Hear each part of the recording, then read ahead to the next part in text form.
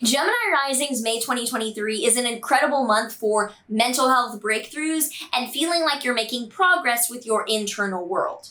If you're excited to dive into what exactly we can expect for this May 2023 for you, make sure to like, subscribe, and hit that notification bell so that you are always up to date with what the stars have in store for you. If you're new here, hi, I'm Maren. I make videos about astrology using the tropical zodiac with Western astrology techniques, and I make videos every month for all of the rising signs, individual transits, new and full moons, and other important astrological events. So if that sounds good to you, welcome and subscribe. So to start out the month, on the 2nd, we have a Sun-Mercury conjunction in your 12th house. You may have a realization in meditation or a realization in your mental health that is extremely positive to start out this May. Then on the 4th to the 5th, Venus in your 1st house is squaring Neptune in your 10th house. So for the first few days of May, Venus is still in your 1st house, showing that you're getting more of what you want, you're attractive, you're charismatic. However, it's squaring Neptune in your 10th house, so you might feel like there's some confusion in the workplace or boundaries that are not clear at work that are bringing you some issues. Then on the 5th, there is a lunar eclipse in your Scorpio 6th house. So lunar eclipses are massive endings or chapters that are drastically finishing in our life.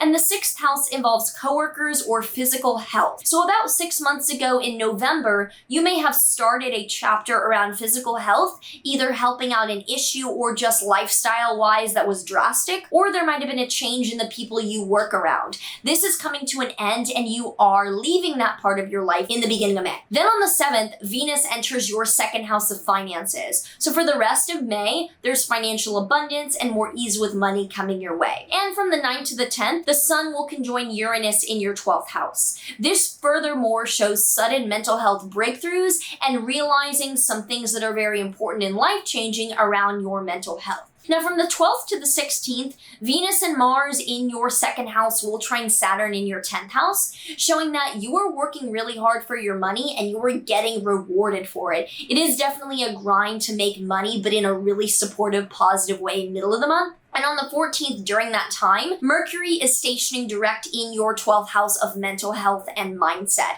So it further confirms you moving forward with less blockage and more positive responses mentally as we progress. Then on the 16th, Jupiter enters your Taurus 12th house, where it will be for roughly the next year. This shows that the area of your life getting abundance, growth, positivity, and an optimistic boost over the next year will be your 12th house of mental health and mindset. It could show that you're getting over addictions, afflictions, bad habits, or simply that meditation and other sorts of spiritual growth is going to be positive during this next year. Now on the 14th onward, Jupiter is going to square Pluto in your 9th house, showing that as you are up-leveling your mental health, the mindset and the belief systems that are more philosophical or religious in your life will likely require a transformation. Then on the 19th, there is a beautiful new moon in your Taurus 12th house. A new beginning of spontaneous positivity or distinctly starting something very positive for your mental health around the 19th. On a different note, from the 19th to the 21st, Mars in your 3rd house will oppose Pluto in your 9th house. So you are productive, you are getting things out, you are working hard during the last few days of the month, but something around your beliefs, your religion, or your philosophical inclinations